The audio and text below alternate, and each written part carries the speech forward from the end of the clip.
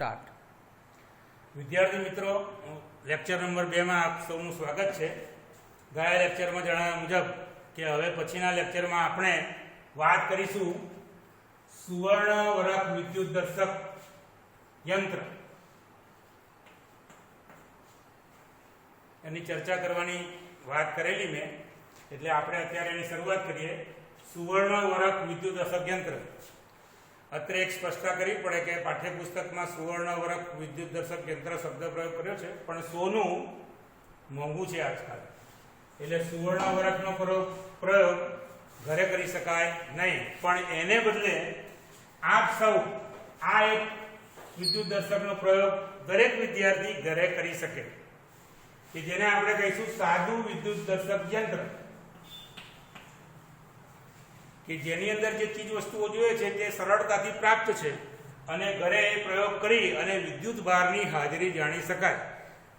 વિદ્યુત દર્શક યંત્ર જેને આપણે કહીએ છીએ ઇલેક્ટ્રોસ્કોપ, એનું મુખ્ય કામ શું છે?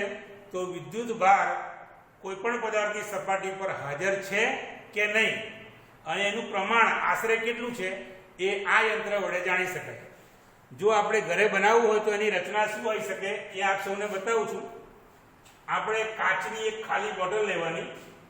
આ જે લીધેલું છે એ કાચની ખાલી બોટલ છે. બોટલનો યુઝ બે કારણસર થાય.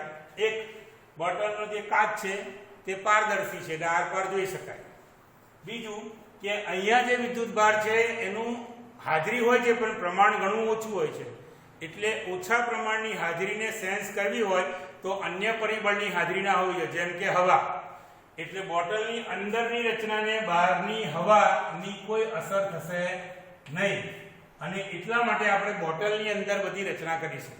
તો કાચની એક ખાલી બોટલ લઈશું પારદર્શક.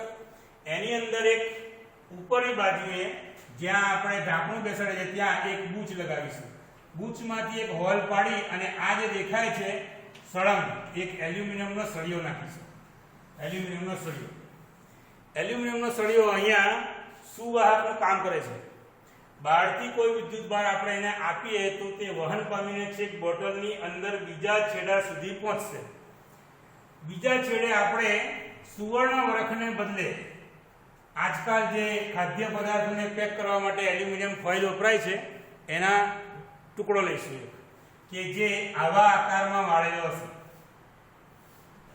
વચ્ચેથી બેન્ડ કરેલો હશે આ પ્રમાણે.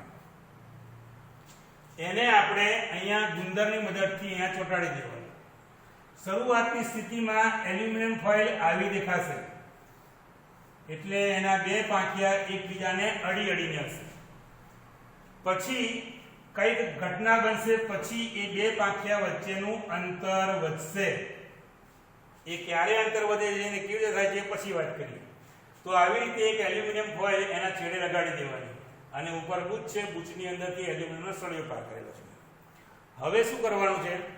કાચનો સળિયો રેશમના ટુકડા સાથે ઘસી અને કાચના સળિયાને, હવે અહીંયા આપણી જાણકારી માટે એ આપણે ચર્ચા વડે થોડી વાર પછી કરીએ છીએ, પણ કાચ અને રેશમની જોડીમાં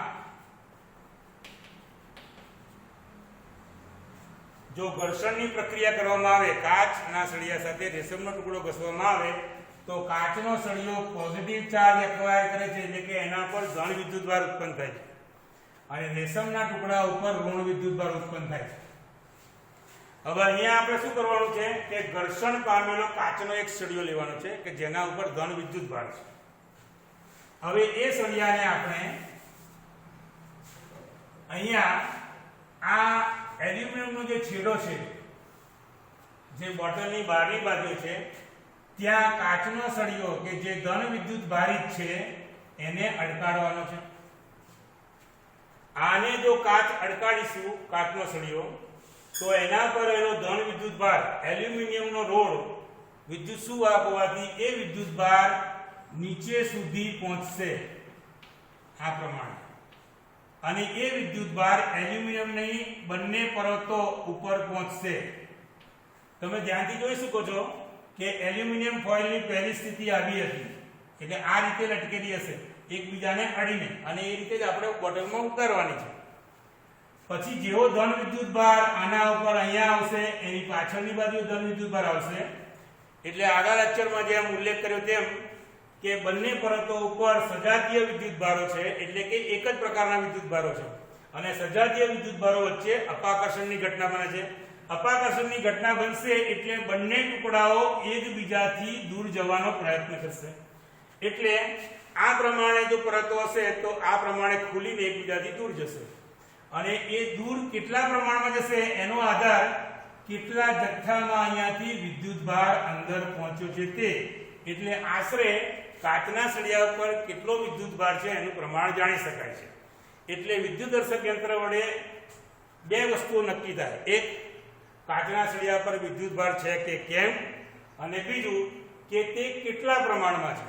તો આ થયું તમારું સાદું વિદ્યુતદર્શક યંત્ર કે જે તમે ઘરે બનાવી શકો, કે જેમાં એલ્યુમિનિયમ રોડ, એલ્યુમિનિયમ ફોઇલ, સાદી કાચની બોટલ ખાલી પારદર્શક અને એક સામાન્ય બૂચ એનો ઉપયોગ કરી અને ઇલેક્ટ્રોસ્કોપની રચના કરી અને વિદ્યુતભારની હાજરી વિશે આપણે જાણી શકીએ અને આશરે પ્રમાણ પણ જાણી શકીએ.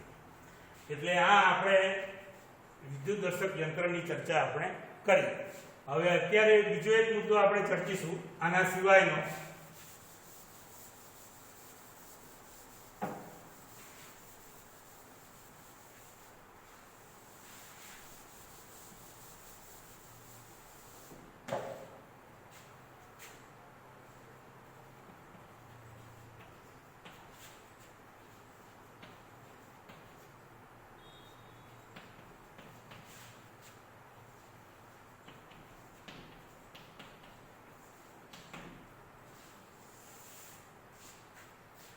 પદાર્થના વિદ્યુતભારિત થવાનું કારણ. આ ખૂબ મહત્વનો મુદ્દો છે.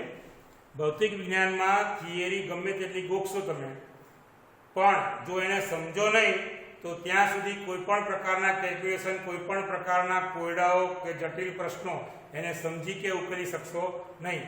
એટલે આ બધું સમજવું પહેલું જરૂરી છે. એટલે અત્યારે આપણે એની ચર્ચા કરીશું. કોઈ પણ પદાર્થના વિદ્યુતભારિત થવાનું કારણ. સૌથી પહેલા વિદ્યુતભારિત એટલે શું આ આપણે સમજવું પડે કે પદાર્થ વિદ્યુતભારિત થયો એટલે શું અને વિદ્યુતભારિત નથી એટલે શું.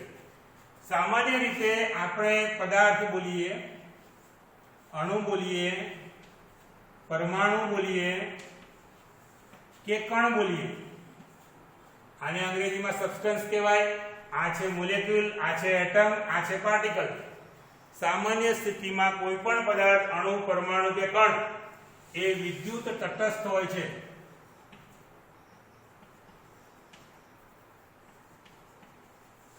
એટલે અંગ્રેજીમાં કહેવાય ઇલેક્ટ્રિકલી ન્યુટ્રલ હોય છે. આવું કેમ છે? કારણ કે પદાર્થ એટલે કે દ્રવ્ય, એની રચનાના જે મૂળભૂત ત્રણ કણો, પ્રોટોન, ન્યુટ્રોન, ઇલેક્ટ્રોન, આપણે શોર્ટ ફોર્મમાં P for proton, N for neutron, E for electron. અહીંયા આપણે ન્યુટ્રોનનો રોલ નથી એટલે એનો ઉલ્લેખ નથી કરતા, પણ કોઈ પણ તત્વ કે પદાર્થમાં P એ સામાન્ય સ્થિતિમાં E ની બરાબર સંખ્યામાં, એટલે કે બંનેનું પ્રમાણ સરખું હોય છે. અહીંયા P જાણીએ છીએ કે ધન વિદ્યુતભારિત છે, E ઋણ વિદ્યુતભારિત છે. બંને ઉપરનો વિદ્યુતભાર વિરુદ્ધ પ્રકારનો છે. એક પર ધન છે, બીજા ઉપર ઋણ છે. અને જો બંનેની સંખ્યા સરખી હોય તો સામાન્ય સ્થિતિમાં પદાર્થમાં, અણુમાં, પરમાણુ કે કણમાં સંતુલિત વિદ્યુતભાર કહેવાય અને જેના કારણે સામાન્ય સ્થિતિમાં કોઈ પણ પદાર્થ કેવો કહેવાય? તટસ્થ. હવે પદાર્થ વિદ્યુતભારિત ક્યારે થયો કહેવાય? જ્યારે પદાર્થમાં P બરાબર E ને બદલે જો આવું કંઈક થઈ જાય, P is greater than E થઈ જાય કે P is less than E થઈ જાય.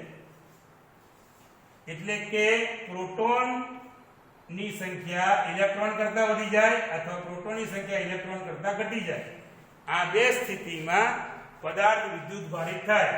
જો પ્રોટોનની સંખ્યા એટલે કે ધન વિદ્યુતભાર એ ઋણ વિદ્યુતભાર કરતા વધી જાય તો એ સ્થિતિમાં પદાર્થ ધન વિદ્યુતભારિત થાય એમ કહેવાય.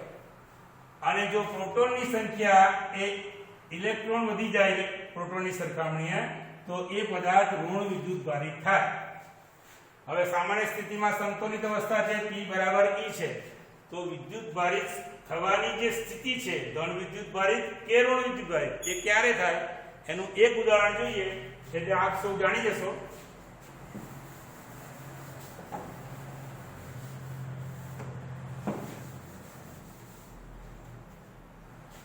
આપણે એક ઉદાહરણ લઈએ, દાખલા તરીકે કાચ. કાચનો એક સળિયો લીધો, રેશમનો એક ટુકડો લીધો. આપણે જે પેલી થેલ્સ ઓફ મિલેટસ વખતે અલગ અલગ જોડોની વાત કરી હતી, એમાંની એક જોડ લીધી આપણે. એક કાચનો સળિયો લીધો, બીજો રેશમનો ટુકડો લીધો. આ બે ને ઘર્ષણ પહેલા જો જોઈએ તો એમાં શું સ્થિતિ હોય? તો અહીંયા ઘર્ષણ પહેલાની સ્થિતિ, ઘર્ષણ પહેલા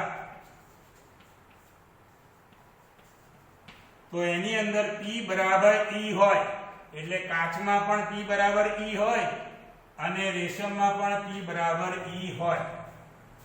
આ સ્થિતિમાં બંને ઉપર વિદ્યુત ભાર ની જો વાત કરીએ તો આના ઉપર પણ કોઈ વિદ્યુત ભાર નથી, આના ઉપર પણ કોઈ વિદ્યુત ભાર નથી, એટલે કે વિદ્યુત ભાર શૂન્ય છે. વિદ્યુત ભાર નથી એનો અર્થ એવો નથી કે નથી, પણ સમતોલિત છે. એટલે ધન વિદ્યુત ભાર અને ઋણ વિદ્યુત ભાર નો સરવાળો કરીએ તો એ સરવાળો શૂન્ય થાય છે, એટલે વિદ્યુત ભાર રહિત થઈ જાય છે. તો એ સ્થિતિમાં અત્યારે છે. હવે આપણે બેની વચ્ચે ઘર્ષણ કરીએ. બેની વચ્ચે ઘર્ષણ કરીએ તો ઘર્ષણની પ્રક્રિયા થશે વચ્ચે. ઘર્ષણને પરિણામે ઊર્જા ઉત્પન્ન થશે. આ ઊર્જા ઘર્ષણમાં ભાગ લેતી સપાટીઓને મળશે. એ સપાટીઓ પર રહેલા અણુ, પરમાણુ, પ્રોટોન, ન્યુટ્રોન, ઇલેક્ટ્રોન આ તમામને મળશે. પ્રોટોન, ન્યુટ્રોનની વાત કરીએ આપણે તો એ તો પદાર્થના પરમાણુના ન્યુક્લિયસમાં છે અને સ્ટ્રોંગ ન્યુક્લિયર પરથી જોડાયેલા છે, એટલે સામાન્ય ઊર્જા મળવાથી એ પોતાનું સ્થાન બદલશે નહીં. પણ પરમાણુની રચનામાં ઇલેક્ટ્રોન જે છે એ સ્ટ્રોંગલી બાઉન્ડ નથી, એટલે બંધિત અવસ્થામાં સંપૂર્ણ ખૂબ જ ટાઇટલી નથી, જેના કારણે ઓછી ઊર્જા મળે તો કેટલાક ઇલેક્ટ્રોન મુક્ત થઈ જાય અને આ ઊર્જા જો ઇલેક્ટ્રોનને મળે તો એ મુક્ત થાય છે, જેના કારણે એક પદાર્થમાંથી બીજા પદાર્થમાં ઇલેક્ટ્રોન જાય છે. હવે પ્રશ્ન એ થાય કે કાચ અને રેશમની પેરમાં કયા પદાર્થમાંથી ઇલેક્ટ્રોન જશે અને કયો પદાર્થ ઇલેક્ટ્રોન મેળવશે? તો ત્યાં એક શબ્દ પ્રયોગ થાય છે કાર્ય વિધેય, જેને અંગ્રેજીમાં કહેવાય છે વર્ક ફંક્શન.